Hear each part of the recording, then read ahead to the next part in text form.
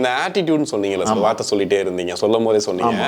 என்னென்ன பண்ணுவாங்க சார் ஆட்டிடியூடா? என்னென்ன பண்ணுவாங்க சார்? என்னென்ன பண்ணுவாங்கன்னா, இப்போ வந்து வடிவேலு பற்றி பேசுவோம். வடிவேலுலாம் பார்த்தீங்கன்னா ஒரு ஒரு ஒரு டே பேசிஸில் சம்பளம் வாங்கினார். ஃபார் எக்ஸாம்பிள் ஒரு 10 லட்சம்னு வச்சுப்போம், ஒரு பேஜுக்கு தான் சொல்கிறேன். ஒரு படத்துக்கு வந்து இப்போ அவர் இருந்த 10 வருஷம் முன்னாடி காலகட்டத்தில் பீக்கில் இருந்தபோது அவர் வந்து சம்பளம் வாங்கிட்டு வராரு. அப்போ அந்த காலையில் வந்து 7 மணி கால் ஷீட்னா சாயந்தரம் 6 மணின்னா அது வரைக்கும் வேலை பார்த்து கொடுக்கணும். 7 மணிலேருந்து 6 மணி எவ்வளோ மணி நேரம்? கிட்டத்தட்ட 11 மணி நேரம். அதில் பிரேக்லாம் இருக்குது, லஞ்ச் பிரேக்லாம் இருக்குது, ஈவினிங் டிஃபன் பிரேக் இருக்குது, எல்லாமே இருக்குது. எல்லாம் ஆல் டுகெதர் போட்டு ஒரு 10 மணி நேரம் இல்லை 9.5 மணி நேரம் ஒர்க் பண்ணுவாங்க. 9.5 மணி நேரத்துக்கு 10 லட்சம்னா 1 மணி நேரத்துக்கு 1 லட்சம். 1 மணி நேரத்துக்கு 1 லட்சம் வாங்கிட்டு ஒரு காமெடி நடிகன், நீ பணம் கை நீட்டி வாங்குறீங்க, ஓகே ரைட்டு. அப்போ நீங்கள் வந்து அதுக்கேற்ற மாதிரி நடிச்சு கொடுக்கணும்ல. ஒரு தயாரிப்பாளர் வந்து முதலீடு செய்கிறார் அந்த பணத்தை.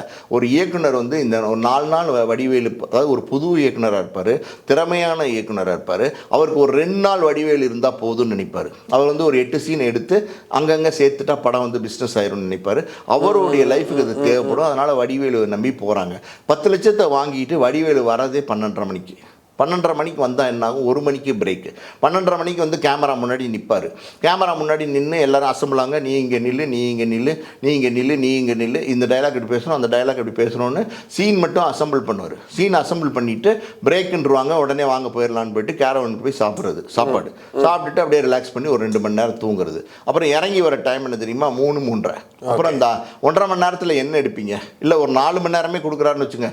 நீங்கள் 8 மணி நேரம் நடிக்கிறதுக்கு 10 லட்சம் வாங்கிட்டு 4 மணி நேரம் வந்து நடிச்சிங்கன்னா அது எத்திக்கலாக இருக்கா? எத்திக்கலாக சரியாது. ஒரு தயாரிப்பாளர் பணம் போடுறாரு, அவர் வியாபாரம். சினிமா வந்து விரும்பி எடுக்கிறாரு, விரும்பாமல் எடுக்கிறாரு, அதெல்லாம் ஒரு பக்கம் பார்த்தா பர்டிகுலராக பாயிண்ட் பண்ணி பேசணும்னா அது ஒரு வியாபாரம். அந்த வியாபாரத்தில் ஒரு முதலீடு பண்ண முதலாளிக்கு நீ என்ன 10 லட்சம் வாங்கிட்டு எப்படி நடிச்சு கொடுக்குறேன்? அவர் பாதி நாள் நடிச்சு கொடுத்தீங்கன்னா அந்த பாதி நாளில் அவர் என்ன நடிப்பார்? இப்போ இந்த விஷயம் இதெல்லாம் வந்து வடிவேலு செஞ்சுக்கிட்டு இருந்தார். ஓகே, இப்போ வரைக்கும் பண்ணிட்டு இருக்காருன்றீங்களா? இப்போ எங்கே இருக்காரு?